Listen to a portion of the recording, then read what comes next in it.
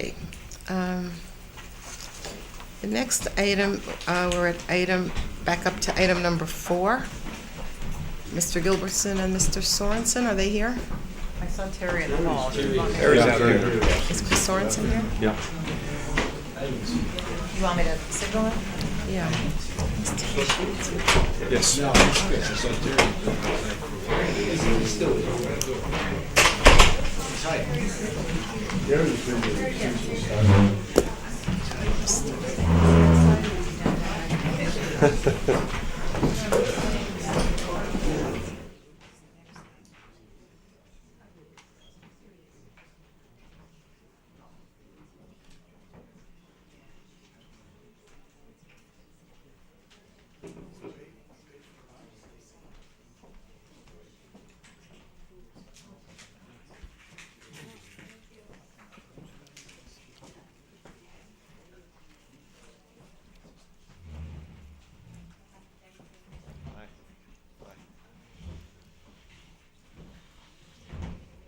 Good evening, Terry. We are at item number 4, the change orders on the public works garage.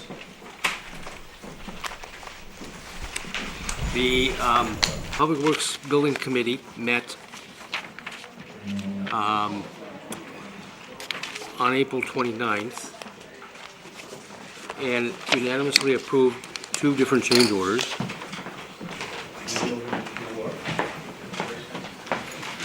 Yep.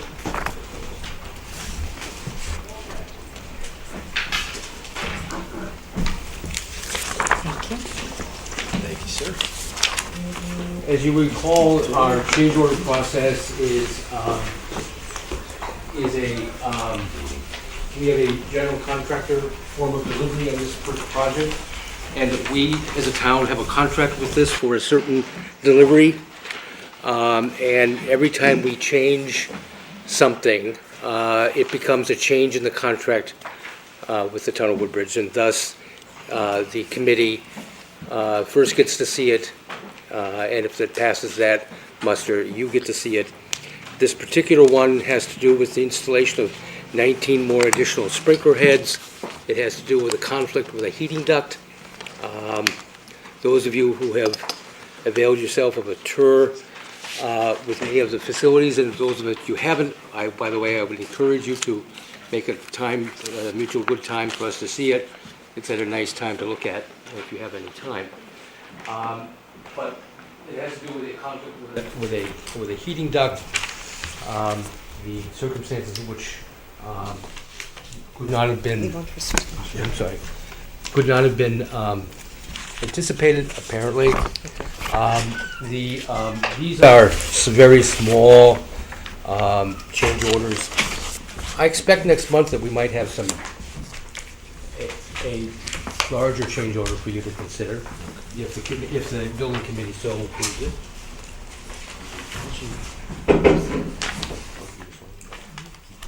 The second one is another small change order, and this relates to a float switch and alarm in an underground water storage tank, and we believe that it's prudent to install that. Again, I believe that these are well within our contingency. They're small, and we seek your consideration of those. Thank you. Any questions for Terry? Yes. They're both unanticipated, right? That's correct. And we're well within, we still have. Oh, yeah, we've hardly used our contingency thus far. Wasn't that like a couple hundred? I'm trying to remember that. The size of the contingency, yeah, it was. As Chuck Pine would say, we have shekels. We have How 300,000. many?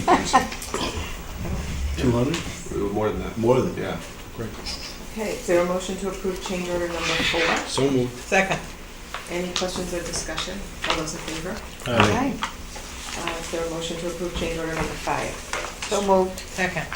Questions or discussion? All those in favor? Aye. Okay. Thank you. Don't go away, Terry. Nice try. I'd like to make a motion that we move one of the funding requests from Tony's report. This is under 9C.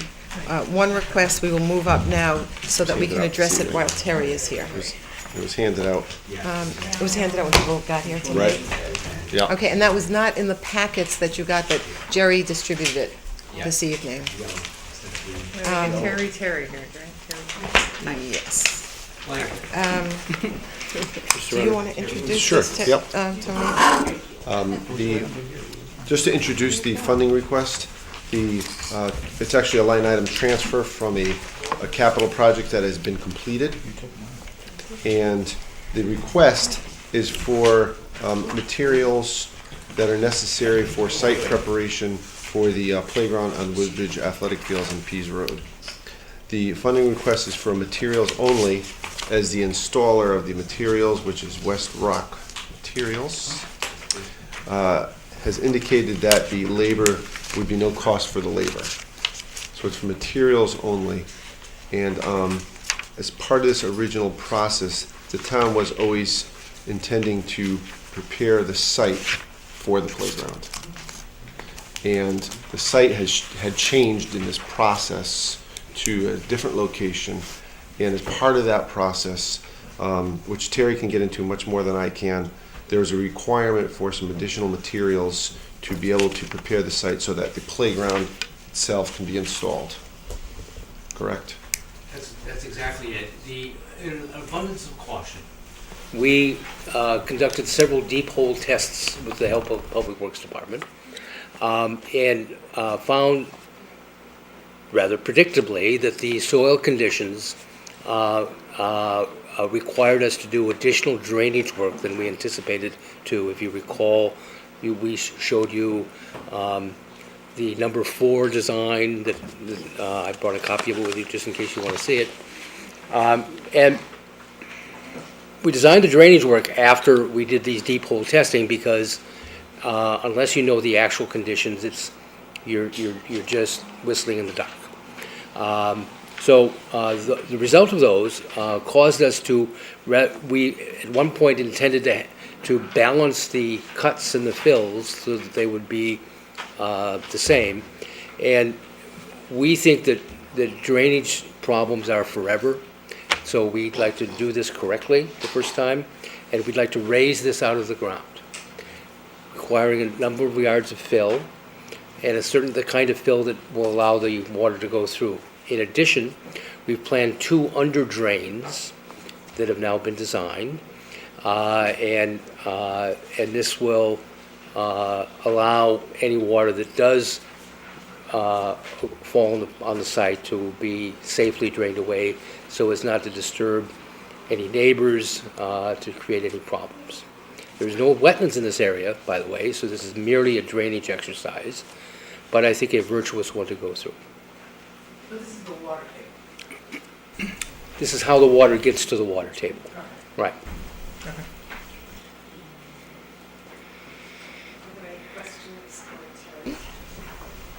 Or Tony? Or Terry? Or Colleen?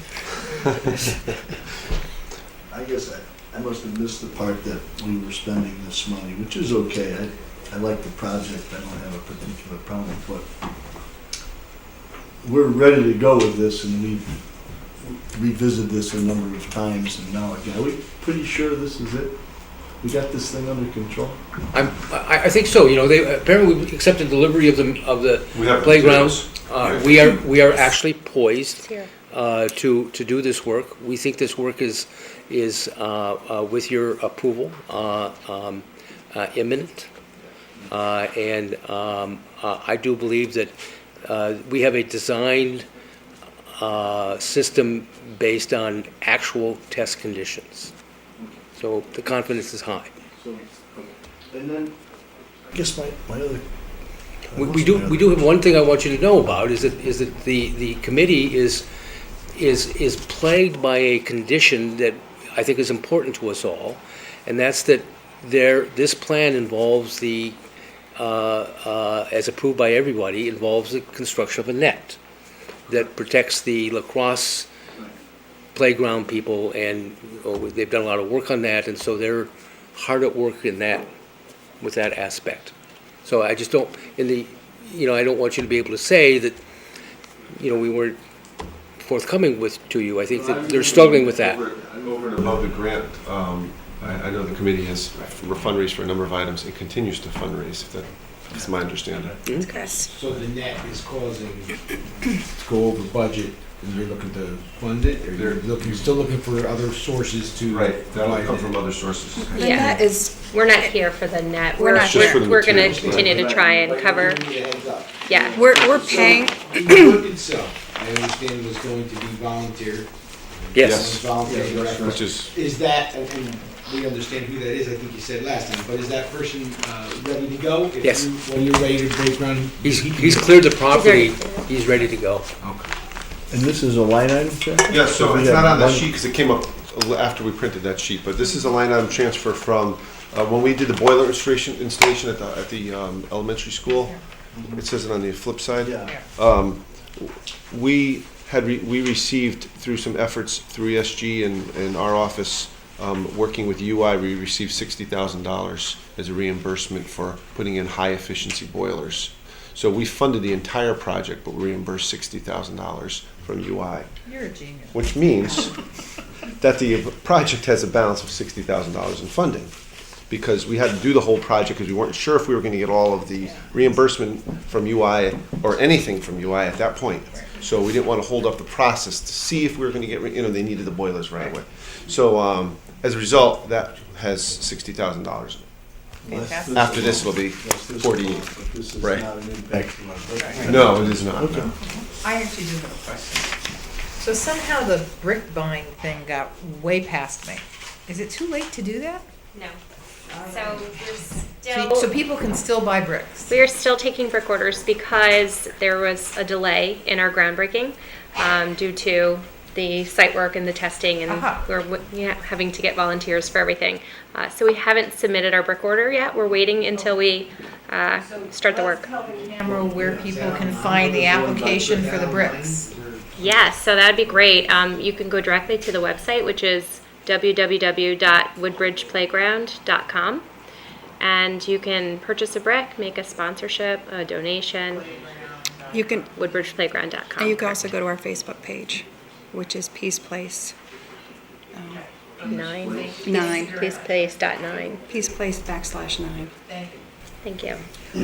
I just want to also clarify, pursuant to Joe's question, it was not originally anticipated that the town would have cost in this, but the town was anticipating doing the site work. Correct. And what's changed is that the site has changed, and now there is cost associated with the site work. So, yeah. But I think we're all, I'm comfortable with it. Yes. The total project budget is probably, what, over $300,000, isn't it? That's not including the labor that's being donated. Point. Yeah, yeah. So it's quite remarkable. That's a great. Yeah. You want a motion? Yes, Yeah, you have to please. put the check, yeah. Yes, a motion to approve line item transfer number 1314-28 in the amount of $13,835. I'll make that motion. I'll second it. Any other questions or discussion? All those in favor? Aye. Aye. Thank you very much. Thank you. Good luck. On that note, we're now able to go back and start finishing the clearing for the preparation for the pad. So we would like to invite everybody to a groundbreaking ceremony on Thursday, May 29th at 9 a.m. at the site. And, just want to, again, thank the town and everybody who's been involved for all the support and for making this possible. And all of our major sponsors that we've acquired along the way will be there also, as many as can be. That's great. Thank you very much. Thank you.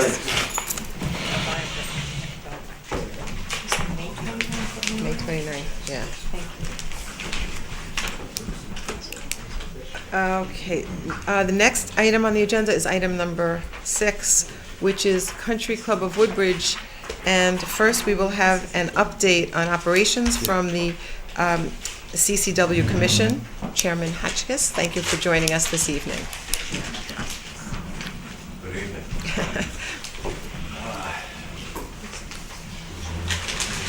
Yeah, I wanted to basically talk about two general items. I mean, one is what is happening, well, with the business.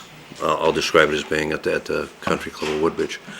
As you know, most of the revenues that come out of the golf operation are either from dues paid by members, by daily fees, or by outings. Billy Casper Golf has done a tremendous job selling memberships and outings this year. I mean, on the membership side, we will be at least $100,000 above the level that was recorded in 2013. On the outing side, we will be at least $75,000 above the level that was recorded in 2013. Now, right off the top, that sounds great, but just remember, the more members you have or the more outings you have, it means the fewer people you are able to accommodate to pay on a daily fee basis. So what the combination of that is yet. I mean, it's obviously too early in the year to really determine. Next Tuesday, at our next meeting, or the commission meeting, we've asked Billy Casper Golf to prepare a forecast of revenue for 2014. And, just keeping in mind that, again, once the revenues exceed a level of $825,000 a year, the town gets 50% of the overage. Yeah. The other thing on just a general...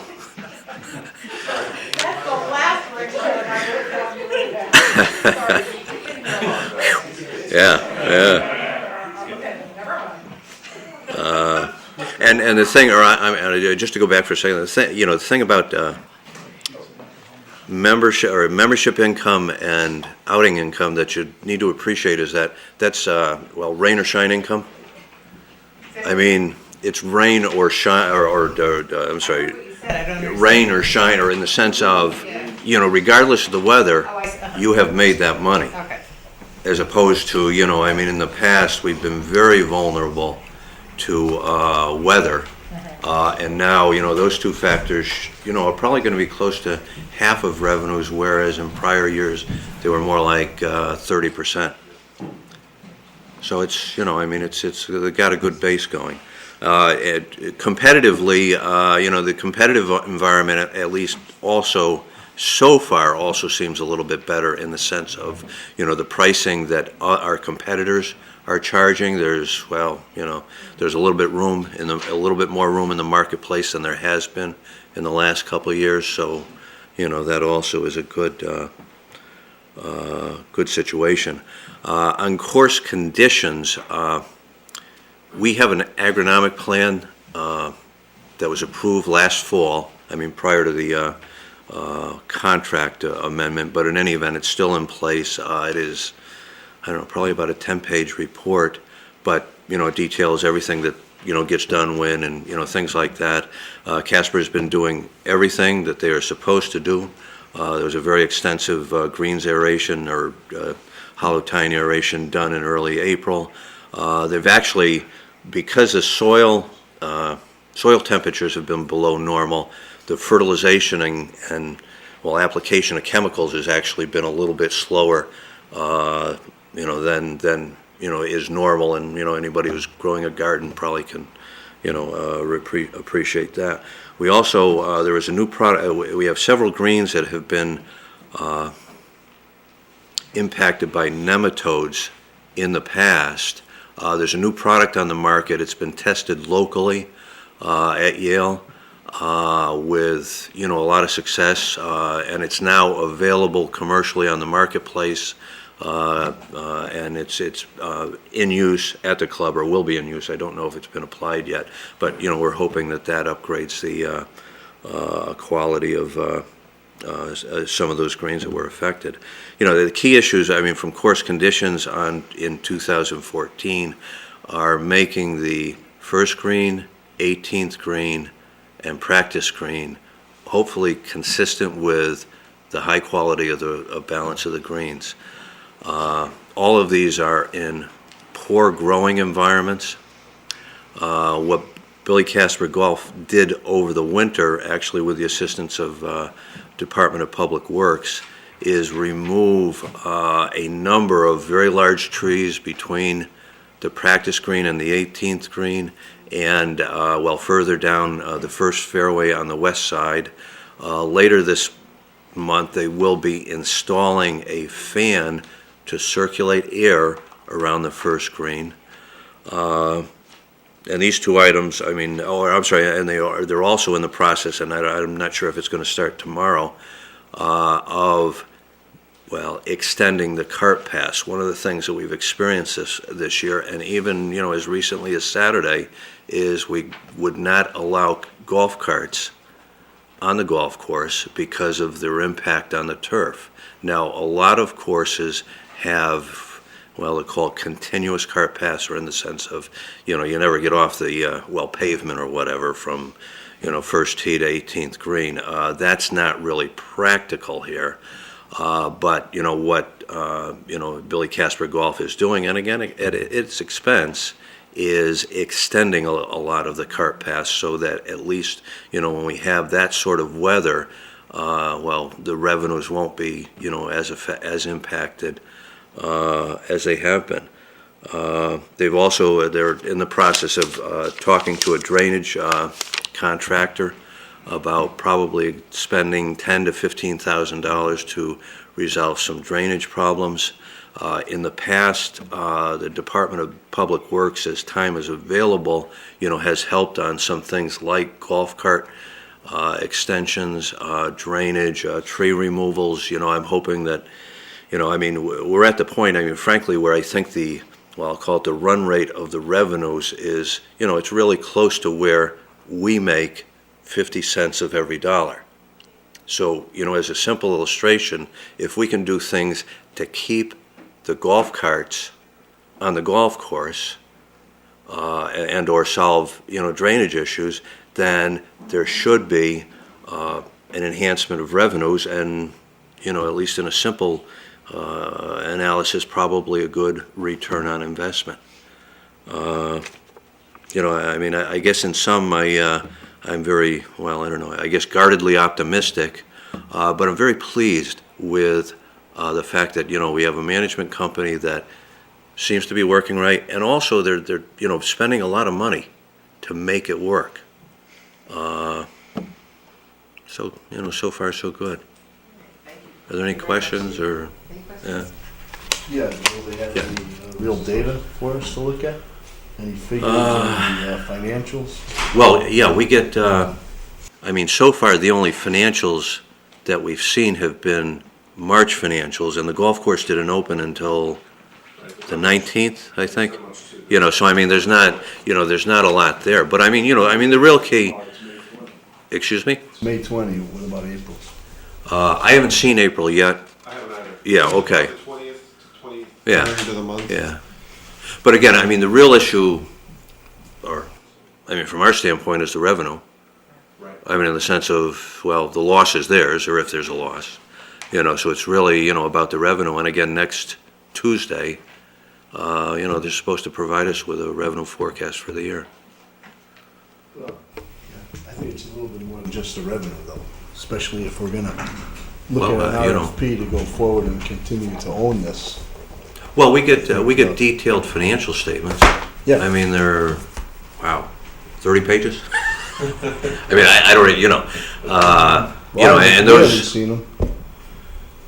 I'm not in charge of that, I guess, Joe. I guess, I don't know who is. Yeah. All I'm saying is, if you're if you're chairman of the commission, send them up. Let us take a look at them. If you've seen them, we sure as heck would like to see them. Tony, The last Yeah. year we got them regularly. Yeah. March ones, I just saw a summary sheet. I haven't seen the actual financials, but I'm Yeah. anticipating the April financials any day now. Is the Tuesday meeting at the club, or are you going to? No, right here. You're going to be here again. Yeah. At 6? Yes. Probably in June we'll try to go outside, or under the tent Right. for the meeting. But, right now it's a little too Right. questionable or weather-wise or whatever. Yeah. Any other questions for Dee? Okay, thank you very much. Thank you. Okay. Okay, next we have Michael Looney and John Milone of Milone MacBroom to talk about the final report. We'd seen the draft report some time ago, and thoughts on the RFP and what our RFP should look like. And after the report, I'd like to ask the selectmen any thoughts that you have about the scope of the RFP and what you'd like to see in it.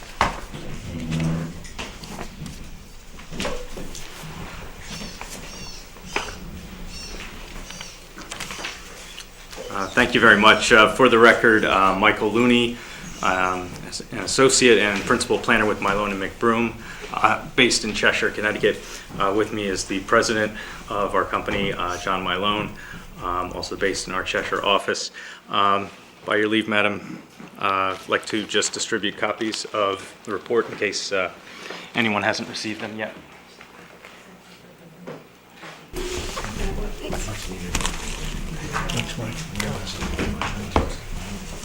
Thank you. Thank you. No, same one. Save the picture. And for anyone who's watching, this report is on the website, if anyone wants to take a look at it. Yeah. I better get out of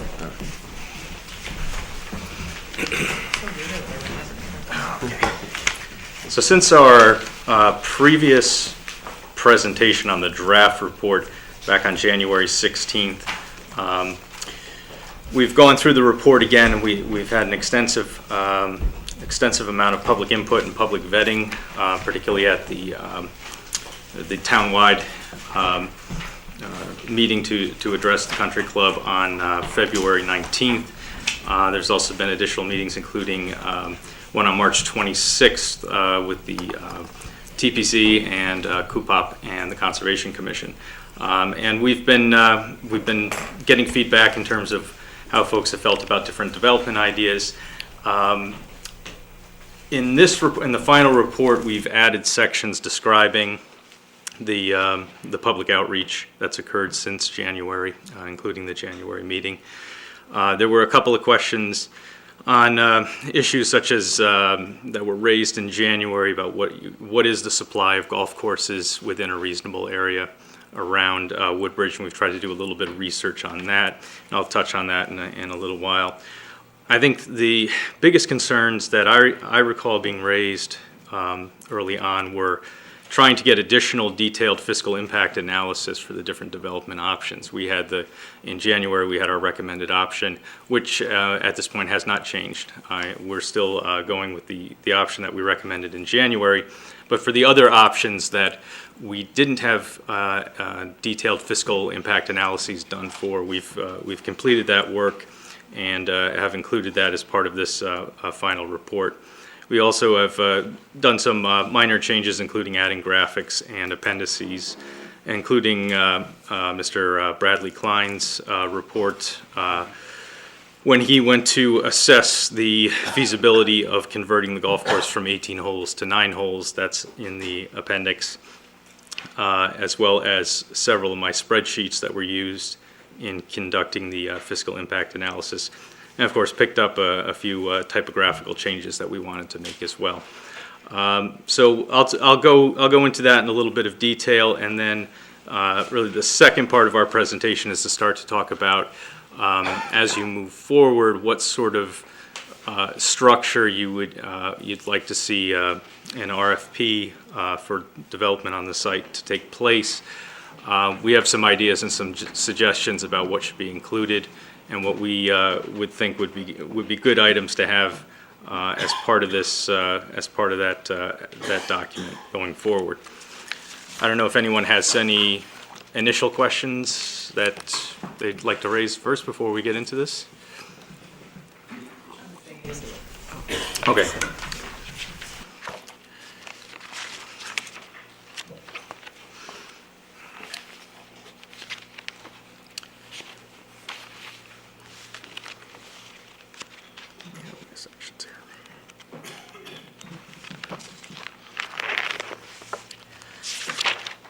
All right, so starting on page 3 of the report, we have in there still the summary of the public listening sessions from the fall, but following up on page 4, we have a summary of the discussion that occurred in January at our joint meeting with TPC, the Board of Selectmen, Board of Finance, as well as the public forum in February and the additional 3 commission meeting on March 26th. We had a very good turnout especially for the February meeting. We really got a sense of what folks were concerned about. I think, at our January meeting, there was some concern about the fiscal impact of the different developments and looking at those a little bit more in depth. At the February public forum, I think there was a lot of concern expressed about the financial viability of continuing to have a golf course use going forward. That seemed to be the public sentiment that we were picking up. At the March 26th meeting with TPC, PUPOP, and the Conservation Commission, there was basically a mini charrette held in which it became clear that the desire was for the majority of the property in question to be preserved as open space, whether that was as a golf use or a recreation use. Was debatable, but also to have some limited development, particularly for active adult type housing that would at least generate some tax revenue and reduce the town debt to a certain degree. The idea of doing sort of a retail or commercial mix seemed to be ruled out at that meeting. So we've taken all of this into consideration, and based upon this feedback and the tenor of what we've been getting, we're still sticking with the recommended development option that we had of basically having roughly 29 acres of the property on either side of Woodfield Road be targeted for age-restricted housing, and at least for the near term, keeping the golf course as is. But when I get into a discussion of the RFP, I think our understanding of how folks feel about worrying that you might just be going down a single track and not considering other ideas can sort of be ameliorated as part of the RFP process. And I think we have a pretty good idea of how you might be able to do that. In terms of looking at the supply of golf courses, we found that 54 golf courses within a 20-mile radius of Woodbridge. That's not the density you have in Florida or Arizona, but that's still quite a number, quite a few golf courses. I was looking at the different the greens fees, and you have a par 3 course like the one in North Brantford that's $12 on the weekend, and then when you get down to Great River in Milford, you're looking at $140. So you have the complete spectrum of different types of golf courses and sort of economic strata of those. So we clearly acknowledge that it's a competitive market, and that for the golf course to be successful, it's going to continue to have strong management and strong marketing. That's going to be really an important factor in making sure that it remains a productive and viable use. The fiscal impact implications, I think, were interesting, and we've sort of balanced. If you look at page 9, we have a summary table under section 8 of the different development scenarios and our recommended approach. And just looking at development scenario 1, which was basically cutting out 65, using the whole property and turning it into, let's say, 65, between 60 and 70, but around 65 single-family homes.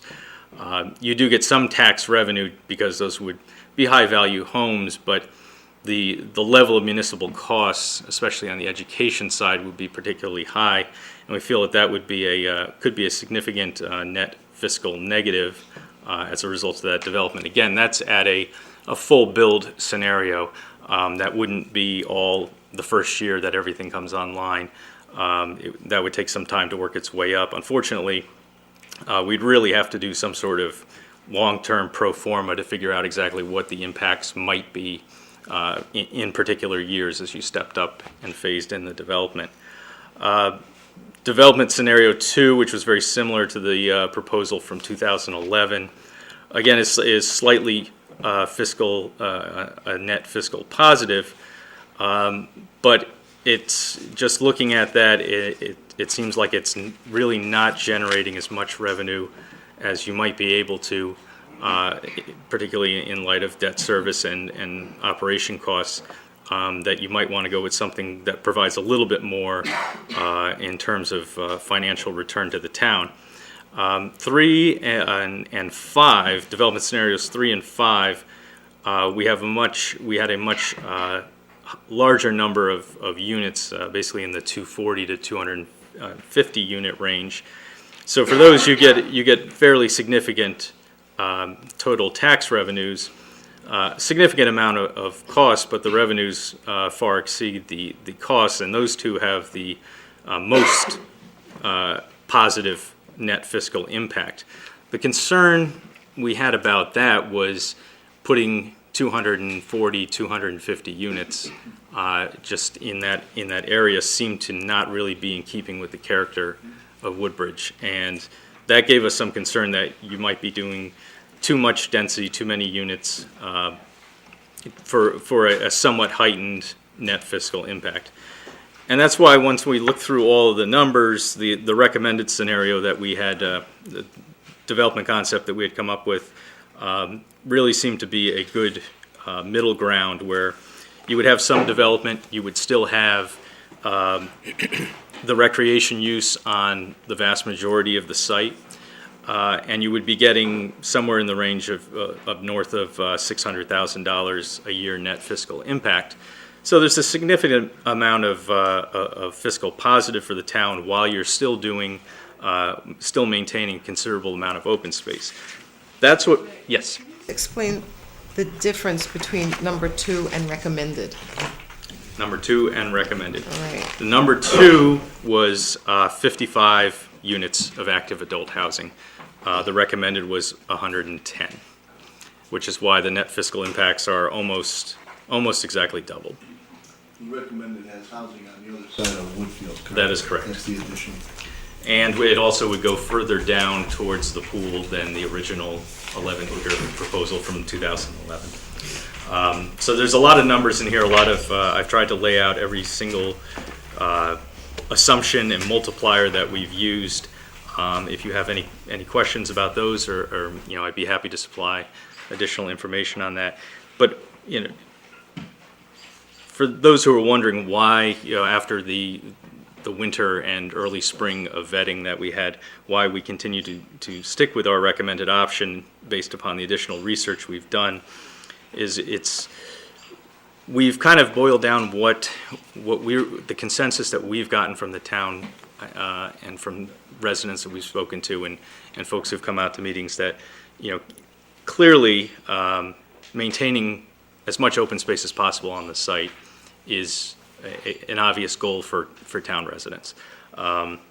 We've, as part of the POCD, the Plan of Conservation and Development Update, we've implemented a town-wide survey, and we're actually just looking at some preliminary results. We're finding some very strong support for open space on the site with some limited development. What there's very little support for is selling the entire property for residential development. And then there's sort of a split between whether you keep it as a golf course or you try to convert a lot of that open space into active uses such as ball fields or passive uses such as trails and walking park and things like that. So what really stood out to us was maintaining the open space, and given the new agreement that's been in place since December with Billy Casper, that sort of limits to a certain extent the downside financially for the town, and just giving that a chance to see if that works for a couple of years seemed to be the prudent thing to do.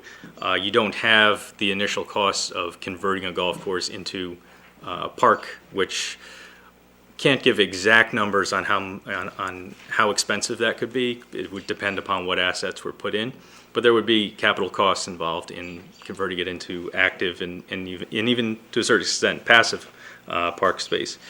And we also wanted to make sure that we stayed close to the goal that we picked up on among town residents of if there is going to be development, that it be of a scale and a nature that's appropriate for the character of the entire town. Which is why when I looked at option 3 and option 5, and I said, well, they have very strong net fiscal impacts, but just putting that many units just didn't seem to be, from a planning standpoint, the prudent thing to do. So that is essentially how we've, beefed up our report from some of the feedback that we received from members of this body back in January, and trying to take into consideration everything that we've heard from the public since then. So if probably a good time for any questions about the report before we go into the discussion on recommendations for an RFP. Yes. Question. Maybe I just don't understand it. Mm-hmm. Under the recommended development concept, retention 18-hole golf course with Woodfield Road, active adult residential. Yes. Can you explain 1, 2, 3, 4 down the elementary student multiplier per dwelling unit? Because if it's active adult, and then there's some education.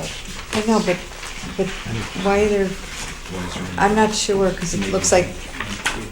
Well, okay. Are we on page 14? Thank you. I'm sorry. Yes. That's okay. Sorry. It's getting late. I'm Oh, sorry. you mean the elementary students multiplier? Yeah, of- and then the education costs. It's not clear to me how that falls in there if it's active adult, unless there's grandchildren or something. What we always do to be conservative is to assume that there will be, and this does occur in age-restricted housing, that there are hardship clauses.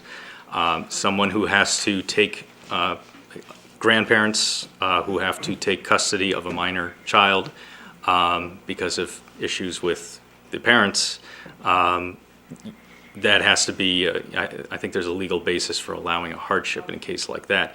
So we didn't want to say it's going to be 0, because if I say it's going to be 0, someone will say, well, I know a development where there are 2 kids at the bus stop every day.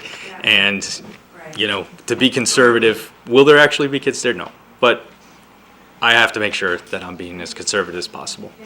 You're welcome. My follow-up best point, though, when you did these numbers and you looked at 110 units, and I have other questions, but Yes. just to follow her point, typically, I'm assuming you're expecting X amount of those 110 to be filled by current Woodbridge residents. It's typical when a 55 and up community goes in. Some of the current residents from the town look at those units right away, and some move.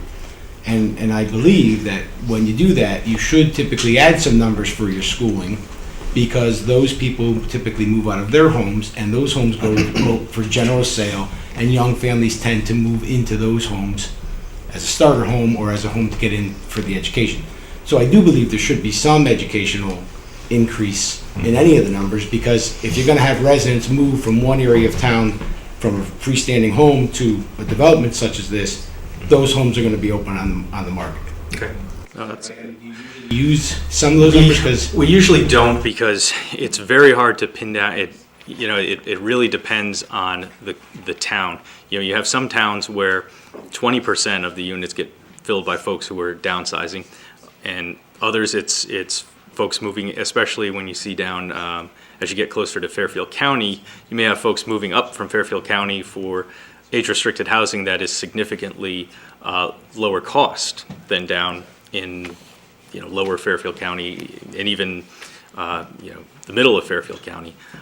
Now, and in those cases, you don't have that swing. You don't have houses opening up. This comes up in planning discussions a lot, of the concern of having a 4-bedroom home with a couple over the age of 55 moving into an age-restricted unit. And part of the reason for having age-restricted units in a housing stock is good, is so that it gives residents the option to do that. What's very difficult is pinning down what the exact percentage would be.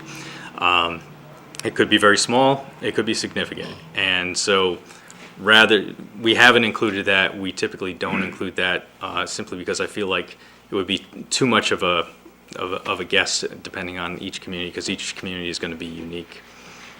Isn't it true that people, when they reach 55 and older, starting to think about leaving their home when they're empty nesters anyway, and moving, perhaps if this wasn't in Woodbridge, they move to Orange or Beacon Falls, those houses would be available, and young families would be coming into those houses anyway. It's not generally the fact that some people will move because it's in Woodbridge, but those people who are looking for alternative housing will move anyway, regardless of whether it's in Woodbridge or Well, I someplace understand else. that, but It's not we, attributable. It's not attributable to but this. we're saying there's a need base for Woodbridge residents, so you will have to assume in that, if you think there's a needs base for Woodbridge residents, that some of actual Woodbridge residents are gonna move into this community with, when it's accessible. But you're hoping Might be anyways. encouraging more. When it's, yes. Oh, I'm sorry, I didn't hear you. I just, no, it's okay, I just had thought. But going, and, you know, I heard you say, in scale of town, you wanted to keep something in the scale, so you feel the 110 units on that section is keeping within the scale of town? I think the way it's oriented and the way where it would be located, it's on the opposite side from the more traditional, slightly larger lot, single-family homes, although not the largest lots in Woodbridge, over on that side of the golf course, on the other side.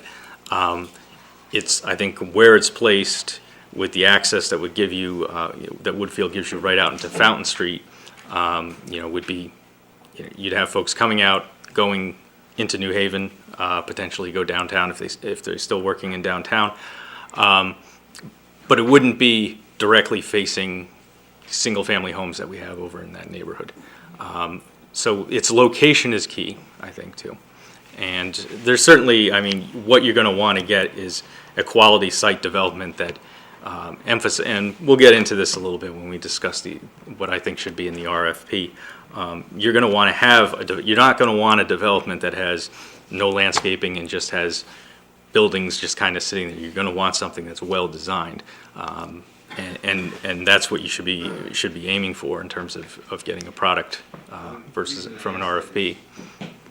Recommended is obviously not the highest as far as annual net fiscal impact. It's not, I see it's basically in the middle of some, but my concern is both on your revenue side and on your development, the net fiscal impact, you're using numbers that I don't know where they are. So there's two numbers that I have in mind. Are you saying this is based on, in what year are you figuring those numbers? In other words, we're not going to get that tax revenue until 50 homes are up, or 50 homes are occupied and paid. So what number do we need to reach, and how many years do you estimate that to have happened? In other words, if we have to get to 75% occupancy to get to your numbers, obviously that's not going to happen in year 1, that may happen in year 10. And also, so as far as tax revenue goes, and the annual impact is also somewhere, I don't know where yet, in the pie chart of X amount of years until you have that percentage of occupancy. Can you tell me what you base your numbers on? And also golf revenue must be part of this, since you, in your recommendation, you're saying 18-hole golf course is going to be maintained. What numbers are you using? Are you using a profit for the golf course? So if you can just tell me percentage of occupancy we need to reach to get to these revenues, and what golf course revenue you're assuming on your numbers? Well, in these numbers, I'm just doing strictly the proposed development, not using any of the golf course revenue numbers or what those are going to be.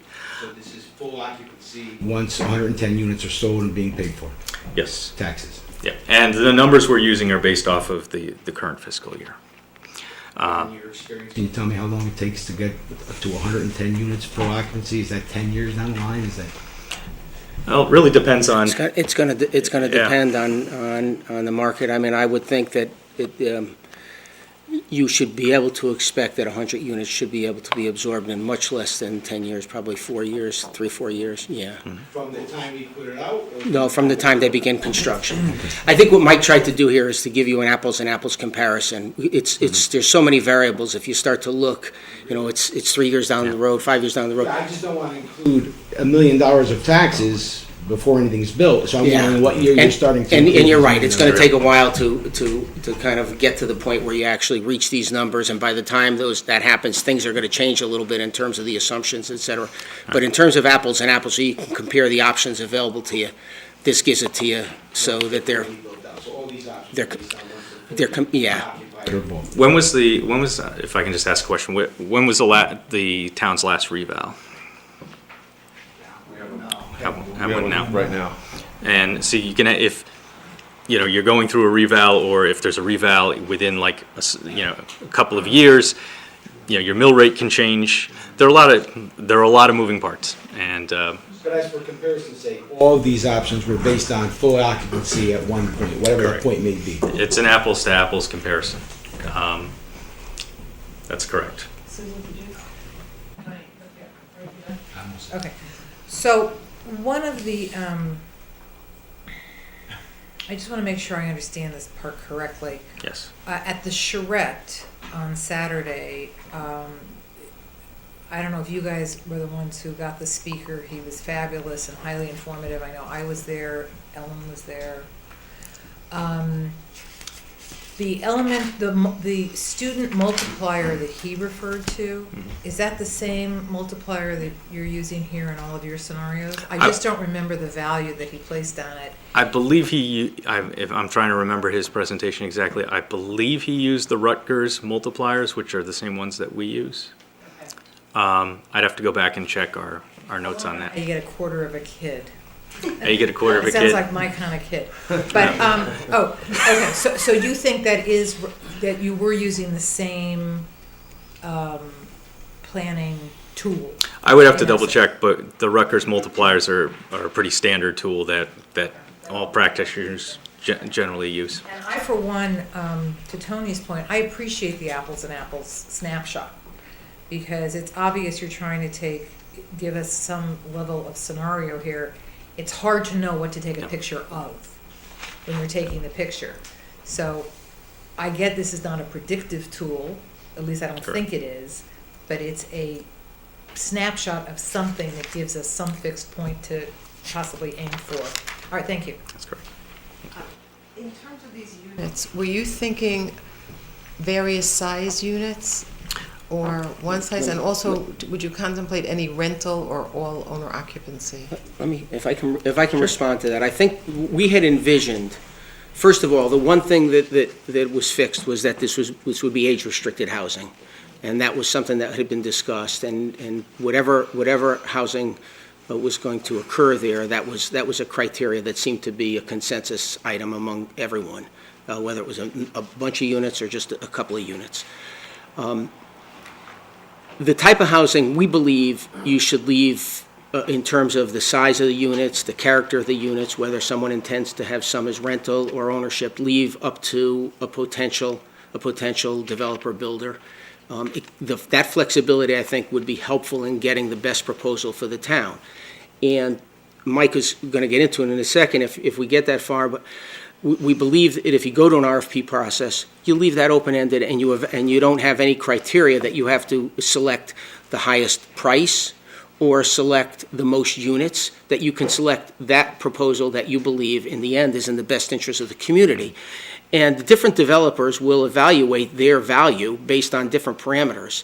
And it's good to leave that open so you can get the highest value, and then you can assess whether the character of the development, the size of the units, the potential price points, et cetera, are consistent with your vision for the need in the community.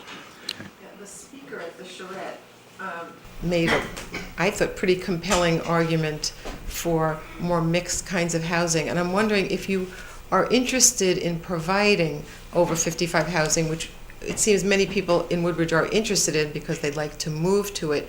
Do you discourage active seniors from going to that housing community if it's mixed? So whatever other factors, people may prefer to have over 55 housing for economic reasons for the town, but just in terms of, this may not be a question you can answer, but is it as attractive to over 55 if it's mixed? And by mixed, you mean different kinds ages, of housing? different kinds of housing, and if it were So not the totally families restricted. and that kind of thing. Yeah. It's very hard to tell. It's often, it comes down to individual household choice and lifestyle choice. I have friends whose parents could not wait to sell their home and go into a 55 and over and be with other baby boomers now.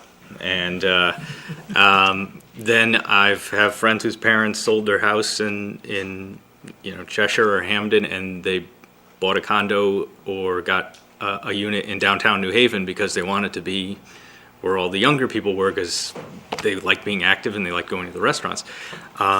It's almost like a household by household decision. It's a very personal decision. I think most developers would prefer what we call age-targeted housing, which is essentially designed to accommodate 55 and older's first floor bedroom, smaller units, et cetera, but not necessarily restricted, so that there would be the potential for sales to others. They like that because it broadens their market.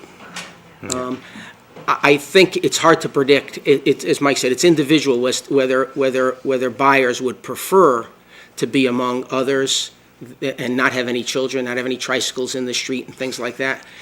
You're going to some would want that and some would not. I think the problem with doing that is that if you open it up to age targeted, if you don't have age restricted, which you're able to do, then you have the potential for more school-age children, and the tax implications become not as positive, potentially, much less positive for the community. So That was a red herring.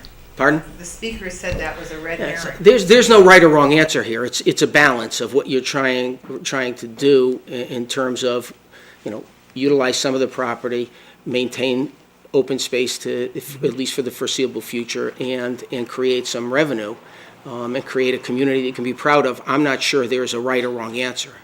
I think also, I do want to just say for a moment how terrific the charrette was and compliment you on it. It was really, Thank you. it was so impressive, and we had excellent turnout, and it was informative and interesting. And I think one of the things, certainly for me, is thinking about perhaps the timeline might not be the same, but the possibility of housing down in the Amity district complementing what we do at the country club, so there might be two different types and attracting both types of buyers, I guess.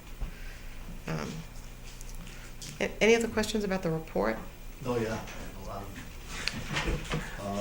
But I think I'll zero in. So there's two components to your recommendation. Basically, a zoning change, although that's not discussed anywhere in here, to allow for this multi-unit development. And the town maintaining ownership and operation of the golf course, whether it's through Billy Casper or some other way. So I'm having trouble reconciling your professional opinion and recommendation that the town should maintain the golf course under town ownership and operation, given your own expert's opinion, the facts and figures you put in here that you discussed before, all the articles I've been reading recently about golf and golf courses reaching equilibrium and shedding courses, and that has to continue for years to come to get to equilibrium. So I'm wondering, as professional planners and doing your research and analysis on that point, why you would recommend to the town that we continue to own and operate that golf course. If I can try and respond just in a general way to that, Mike may have more detailed information. This is a big decision for the community, what to do with this site. And there seems to be a strong consensus that open space, a large portion of open space, is desirable. Trying to make a decision to eliminate the golf course along. Ask that question. No, but you have two choices. I mean, you either retain the open space as a golf course, or you retain the open space and you eliminate the golf course. Well, that's not actually I'm sorry, go ahead. There's another option. Okay. You could keep the golf course but not own it and operate it. So I'm wondering, you guys are recommending professionally that the town continue to own this asset that we've lost a significant amount of money. I don't know what the future brings, but I don't have high hopes for it, frankly. But why not put it out there for maybe someone else who wants to own it, who wants to reconfigure it and bring it, and maybe they can then pay us taxes and so forth. That's another option. I don't know why the only option is we own it, because we have this new, and from what I read here, it seems to be your recommendation seems to be based on, the idea that we've renegotiated and now we're only losing $190,000 or whatever, that theory. But I think so I'll let you answer. I just don't know where professionally, given the data, you're even presenting that's the option. So. I think if you were to sell the golf course now, you would, given the market, which is not great, as we've said, you'd take a substantial financial loss. I believe that it would not be prudent to. Why not put it on an RFP and see what happens? You could do that. Well, maybe we will. No, We maybe. haven't got it yet, so- Yeah, you could do that if you feel that that's something. Our professional opinion, based upon the market value of courses in general, is that would not realize you any significant amount of money given what you've paid, and that the value to the town in the long term to have the option to use that for something else is probably a better, a more fiscally prudent alternative for you. So use it as open space. So that's how you get to And- operate the golf course or use it for open space. yeah, and to eliminate the golf course is a big decision, and we're not sure if you need to make that right now, if it's not a major drain or a major benefit. It's just, it kind of allows you to maintain the status quo without dealing with that as another big decision. Eventually, you'll have to deal with that. There's no question that we're just putting off that decision. So if we do multi-housing, if we go with the first component, we do multi-housing on the 30 acres. And in 3 years, the course doesn't pan out and we have to do something with it, then we bite the bullet there. What's the ramifications of that? Rather than trying to get a global resolution now in terms, piecemeal a lot of times doesn't work that well in No. terms of, so I'm a little concerned about that as well. Again, that's your decision. I think there's real value in either option, in trying to make a decision now and get rid of it and not have it be on the table for future discussion. But there's so much value in land, and the value in land is so hard to predict, and we're not at the height of a strong market for land right now. We're beginning to creep back into a strong market for land. You may find, for instance, that if you wait 5 years and you develop a small portion, and the community is in financial strains, you could sell off a significant portion of that land, without all of it, and realize maybe twice what you paid for it, in a different real estate market. So our sense is that rather than commit to anything to that land right now, because it is unpredictable and you have control over it, I think the control of that land is a tremendous asset for the community. To not push too far out with decisions relative to the long-term use of it, and leave some options open to you. So that's the only reason we did it. But it doesn't mean that doing what you're suggesting, it doesn't have validity. It gets it off the table. It doesn't have it be controversial in the town. It doesn't have it come up again in a few years so people have to deal with. We think there might be so much change in 5 years. It might be good to be able to deal with it in a different environment. Property ownership we've seen that over the years is a valuable process. But. Yes. So the over 50 or targeted 55 and over market, what's your research? Where are we with that now in Connecticut? There are a handful of developers that are still very interested in it, that are selling them and are buying land and are developing 55 and older. It's not as strong as it was 10 years ago, say, or 8 years ago. But it's still there. We believe there would still be interest. Particularly in a community such as Woodbridge, which Yes. has not been overbuilt in terms of that market. There are towns that are overbuilt. Woodbridge is not one of them, and I think By design. this is... Now we're talking about a little different design. So the zoning aspect of this is, I don't even really see anything in here in terms of the zone. So there'd have to be a zone change, correct, to do this? A modification of the zoning to permit it it probably is more likely to be some type of special permit use or planned development use or something that it would have to be crafted and carefully crafted. There's no question about that. Absolutely. Back to your point about the financial investment. Yes. To be honest with you, obviously, of course, if you can have a crystal ball in 5 years, it could be worth more. I don't think anybody doubts that. Hopes that our property values will all be worth much more in 5 years, I hope. However, I don't think this town bought that golf course as a financial investment. I actually think most of the town understood that when we bought that golf course, we were going to take a financial loss because we did it quickly to avoid development. And that's what most people, I think, ran out and wanted to do it. I don't think we looked at it as, this is a great financial investment. Matter of fact, I believe at the time, it was spoken right here at these tables that it wasn't meant to be a financial investment. So I do agree with you that 5 years may make the difference.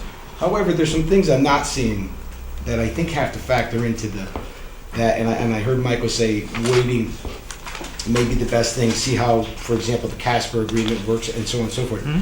The problem I have with waiting is I have a building over there, and I say the town has a building over there that's in great disrepair. And it's a very expensive building to try to reconstruct or reconfigure. We've seen those kind of numbers thrown in millions. We've heard maybe build a new one on the other side of the golf course, back to being millions. And certainly waiting is not going to help that building unless we're maintaining it, which, to be honest with you, we probably at this point can't afford to do so in the state of affairs it's in. So when you say wait, there is something, an asset that is deteriorating over there. Maybe more than one asset. And I guess my thought is, and my question is, have you given thought to what that means to us in even a couple of years more? Or have you just basically, in your proposal, said, you know what, that's coming down regardless, that's going to be gone? And so therefore, there's no more worrying about the deterioration of the asset. When we looked at this recommended option, looking at an area of about 29, 30 acres, that area included where the clubhouse is now. So the idea being that would be the choice of whoever purchased it, what to do with it. So I guess just one quick follow-up now. So you're planning on leveling basically in your recognition that, I'm assuming that means all the pool club area goes as well? No. No. How do you keep the pool club, that spot, and the clubhouse? Somewhere there'd have to be another small clubhouse for the pool club, but another changing rooms, restrooms, locker room, whatever it may be. So there's another building in that area.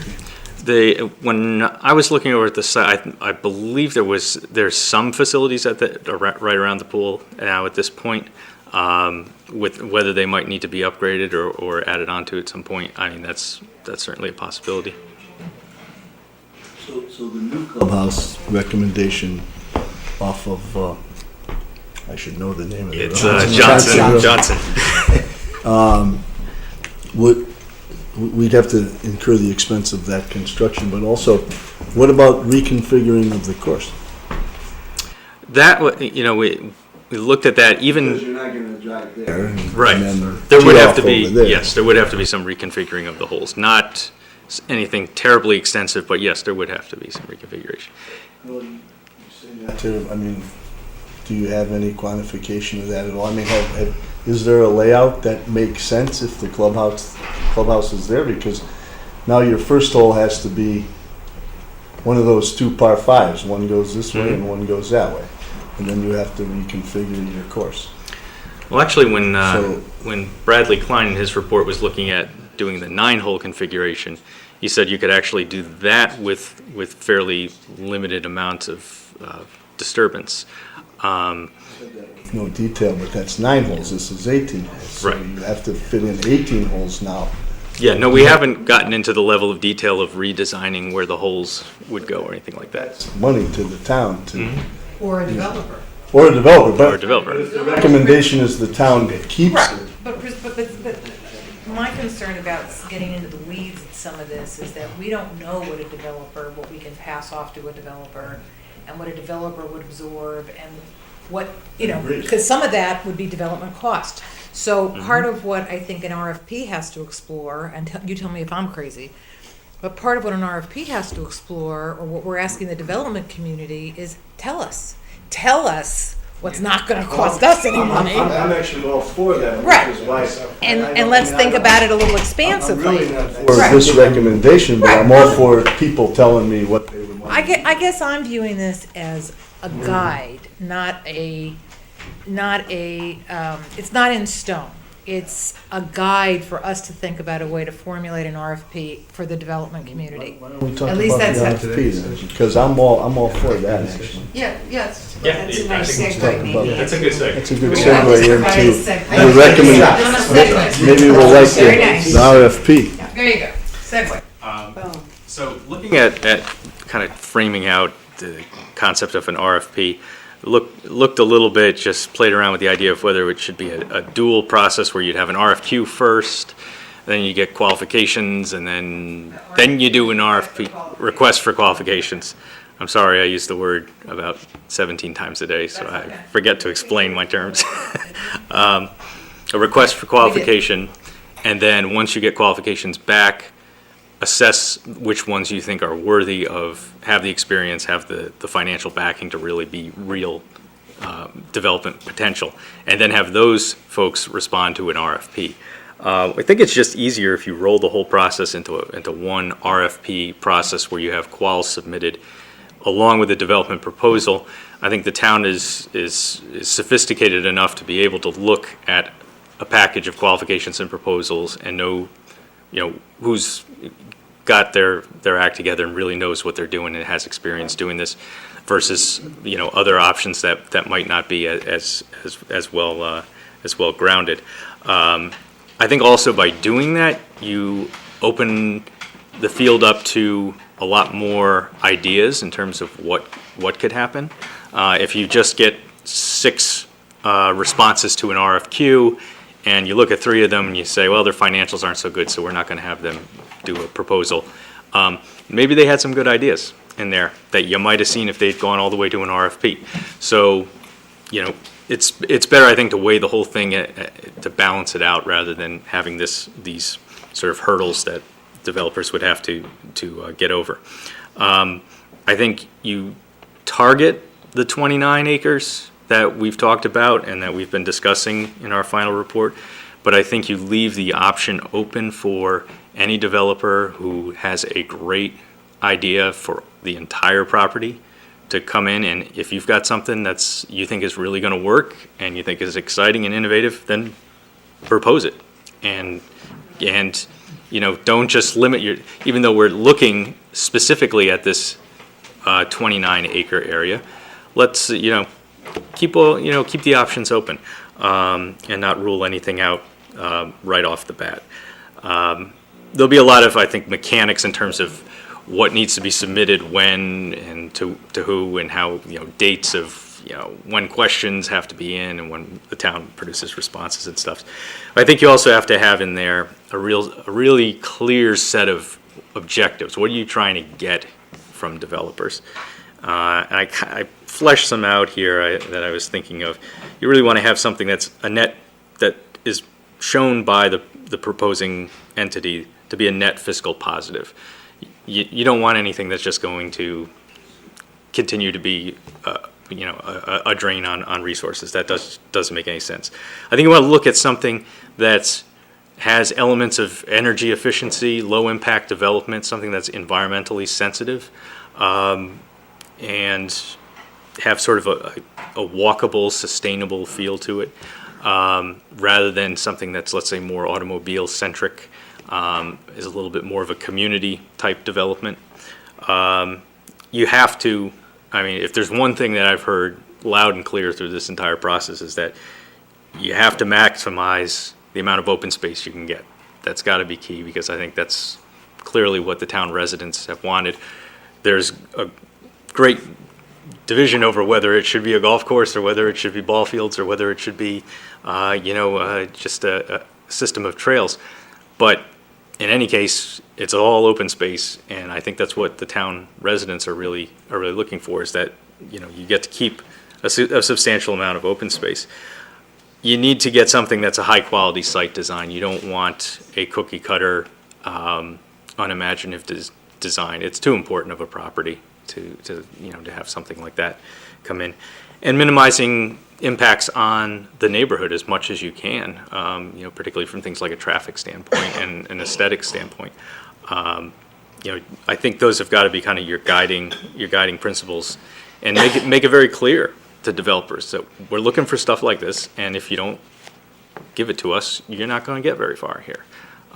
This is what was I looking at? I think it was the 8th wealthiest town in Connecticut. It's the town in our research for the POCD that has the highest number of, highest percentage of folks with masters and professional degrees. This is a high quality community, and you should demand no less from development proposals that you get.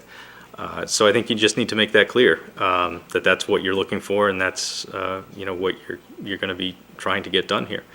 There needs to be a very clear understanding of what the roles and responsibilities are of the town. Good? Okay. The town, and what are the responsibilities of the developer? I think we started to get into this. Who's responsible for what? What do they want the town to do? Simple things, who's going to provide the survey of the property?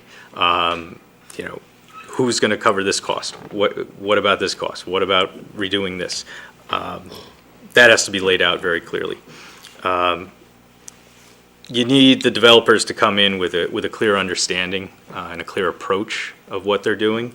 I think you want a lot of information on the firm or the team that proposes, so that you can do your homework in terms of the quality of their previous work, their organizational structure, how well they're integrated, whether it's one firm that has all services under one roof, or are you looking at a team of 8 different consultants or developers, and then you have to wonder about how the interactions work. You need to understand that, and their workload too. You want someone who can dedicate the time to make whatever is proposed really be a strong, feasible project for the town. Looking at experience, similar projects, references, all of those things are super important and need to be in there. And then we get really into the meat of the RFP, which is the specific development proposal. And I think as part of that, you need to have a very fine-tuned conceptual site plan as a submission. You need specifics on buildings, building types, development specifics, lot coverage area, how much open space, what areas for parking, what areas for infrastructure, renderings and elevations of the proposed development, and then big answers to big questions like, well, what would you do with the clubhouse? How about the pool? We have the tennis courts there. What happens to them? What do you plan to do with those?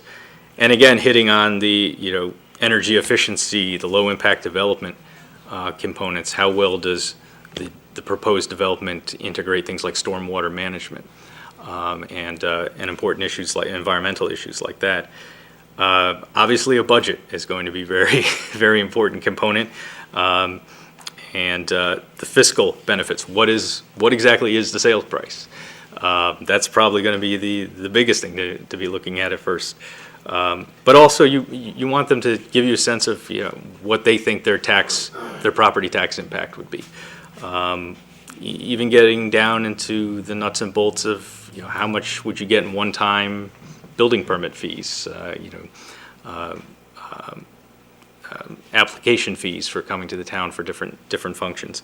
The management and marketing strategy that the developer would have. How are they, if they're proposing a certain type of development, well, how are they going to bring that to market? How is it going to be managed once it's built? Is it going to be a separate owner? What entity is going to be? You want to know who's going to end up at the end of the day being the responsible party for the development. Obviously, things like their financial structure, their financing, what commitments they have from financial institutions, construction schedule, 10-year pro forma, for both constructions and operation phase. You need all that information. I think you should, those should definitely be in there. It's a lot to ask for, but I think, a lot should be demanded. If you really want to get something and get the full picture of what you might be, might be being proposed. And finally, then, a strong list of selection criteria that specifically lays out to the developers. This is how we're ranking you. This is how we're judging you. This is what we're looking at. So you better make sure that you hit these points and hit them well. the responsiveness to the RFP. The developing entities' understanding of Connecticut and specifically, let's say, Greater New Haven market conditions. Do they understand the Greater New Haven area and how it's different than other parts of the country? We're a very, unique area. So what works in Peoria may not work here. So how well do they understand that? The quality, and this is a little bit more subjective because everyone has a different eye for design, but just the overall quality of design, how creative it seems to be, and also how realistic is it? There are some times when you can look at development proposals and you just know that's not really. I don't think that's going to work, and you need to think about the feasibility, within this community of the proposed development. How strong their financials are, their experience, demonstrated projects that they can point to and say, yes, this has been successful, and these went well. Their familiarity with Connecticut, again, that kind of ties into the understanding the market conditions. But have they done stuff in Connecticut? Have they done stuff around here? And their organizational and management capacity. Is it one person trying to pull off this gigantic deal, or is it a well-seasoned team of professionals who knows how to do this and has done this in the past successfully? So that's kind of a framework of the types of things I think you should see in an RFP for development like this, of this nature, for a property like this. Just some things that I've been thinking of over the past week or so. And I don't know if there's anything that I left out or any item I might have missed that you feel would be critical. Are there questions or thoughts about scope of an RFP? Yeah, I'm all in for that. So when are you drafting that up? Well, we'll be working on it as we go forward, and hopefully coming up with something very soon. Essentially, though, we're throwing it out to the development public and saying, hey, give us your best shot under these parameters that you laid out. What I understood you said, we would have the recommended option is one thing. That's one thing we'll look for, as well as whatever you want to present to us. If you want to do that, I don't advocate that. I see no reason to do that, but as long as we're you may have a situation where, let's say you get 5 development proposals, and 3 of them are really good targeted development of those 29 acres, and you get 2 global ones for the entire property, and they're really, you look at them and you're like, no, these really aren't going to cut it. At least then you have 3 really good, although targeted, not for the entire site, but good proposals to examine for at least a portion of the site, so that you have you have a strong opportunity to get at least some fiscal return on the property. If I heard you correctly, forgetting for a minute the 29 acres, what I heard, which is what I like, is as little or no restrictions for the RFP as possible, but as much support and data and the plan from both the company itself and the plan of the use of the land as possible. So in other words, we're willing to hear anything. Doesn't mean we're going to accept it. We're willing to hear anything so that we don't leave out somebody's ideas that, like you said, though the company may not be able to support its plan, it may be something we can go to other developers with because it's something we like. So we'll listen to anything, but we're looking for all the data, plan, and support of that data from both the company and of its use of the land. We want as much data from them as possible, but come to us with any idea and we'll listen to it. Right. But now I'm also hearing is, as a backup or as a possibility, is this 29 acre, it's not something they have to propose, but it's something you think we should hear proposals for as well. Absolutely. As a combination. I'm hearing, Go ahead. I'm hearing something slightly different. I'm hearing that your recommended proposal reflects what you've heard from the community.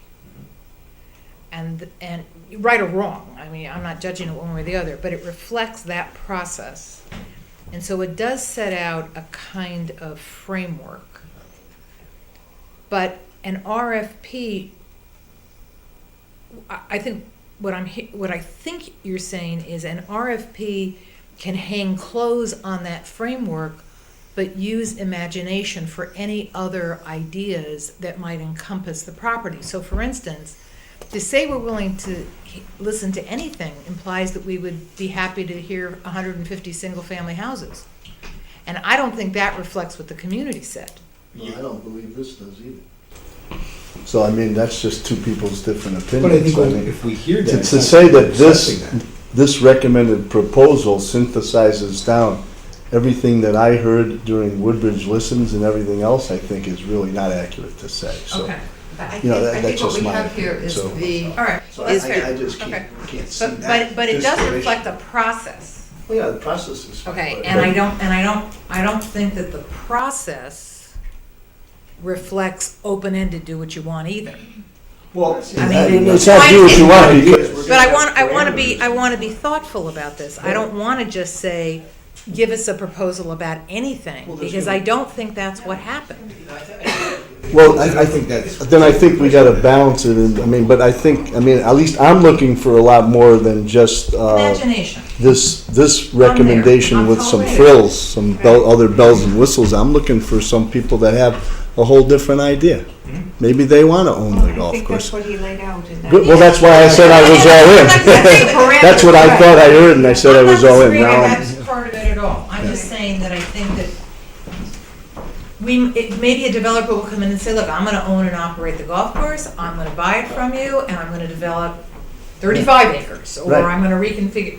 keep it But that's 9, do different, whatever. but that's different than opening it out to a developer to come in with 150 single-family houses. okay with that, Okay, somewhere all right. in between, So I but- think to that extent, it is reflective of how the town feels. I guess Maybe that not goes that back to the proposal, restrictions. but those Right, oh, I'm sorry. parameters. Yeah. Okay. I Fair agree. enough. How would I'm you with you word the there. restrictions, if any? Well, I I guess guess- that's where we're kind of getting. Yeah, I'd hate to try and word it by committee. That's Well, no, I think they could draft I think something up. they and- have Exactly. experience The with it. recommended option I have in here, I stand behind, I think that would be, it would be a good option for the town. What I don't want to do is box the town in so much that it wouldn't have a chance to look at something. This is what I think would be good and would work, and reasonable people will disagree, and I don't want to just close the door on anything. I think what's very important is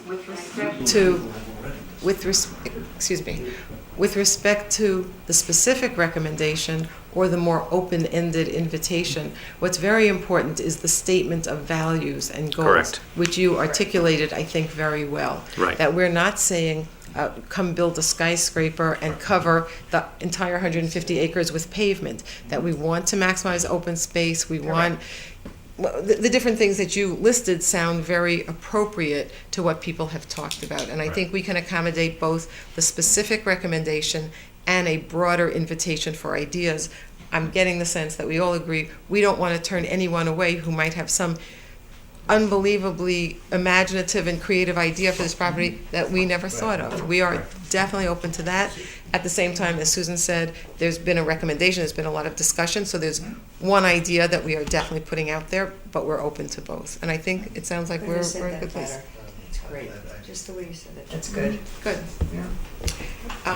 Okay, Can I, other- Lawrence. I'd like to follow up on something Tony mentioned earlier, and it does involve a restriction on on any RFP.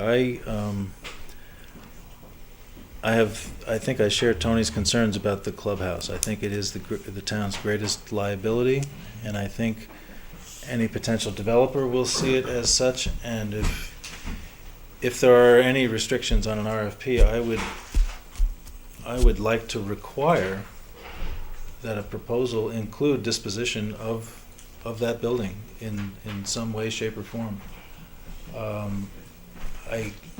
Joe, you were concerned about why is the ownership and management of the golf course left to the town, and I thought your answer was thoughtful. we don't have to bite that off right now too. But we want to make this property fiscally advantageous to what it's costing the town, and I don't want the town to be left with that building, frankly. I agree too.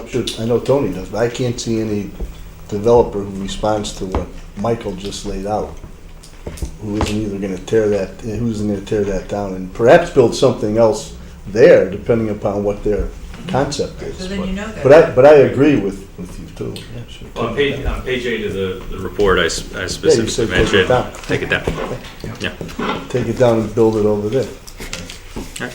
Which it would be obviously, it would not be a 43,000 square foot building. It would be probably something more in the, 2,000 to 3,000 square foot, range, something along those lines, not terribly huge, so. So I guess we have a plan. I don't know if a total consensus, I don't know about that, but we have a plan. And I think we should have Michael and his folks, draft up this RFP, an RFQ combo, and we'll take a look at it. Well, we're certainly going to go ahead now with the RFP. And I did want to say that it's my understanding that it's the first selectman's prerogative to do the RFP and send it out. And I really wanted to have this discussion to understand the scope of what people are thinking about. And I will work with Milone MacBroom and develop an RFP.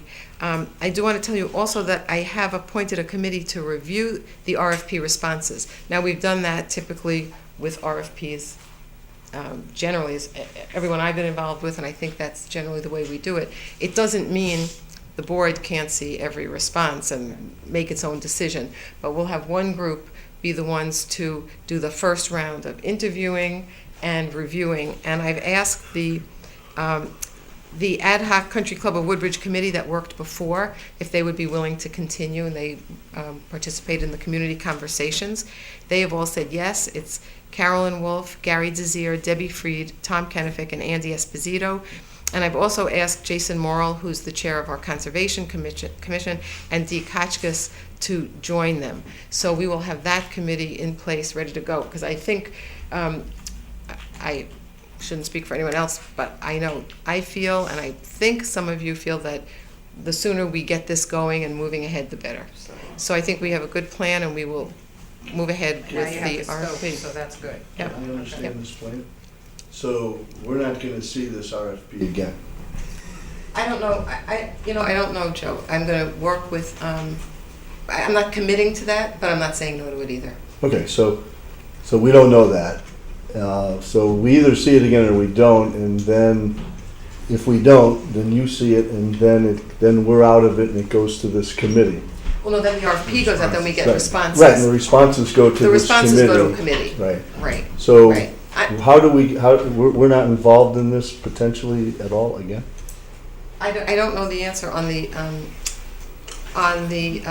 have RFP. to approve whatever the committee recommends. Yeah, I know That's that. that's the final I approval. think we have a good sense now of what people want in the RFP, and I just don't want to commit absolutely what's going to happen when. Right now, I don't see any problem with people seeing the RFP that's going out.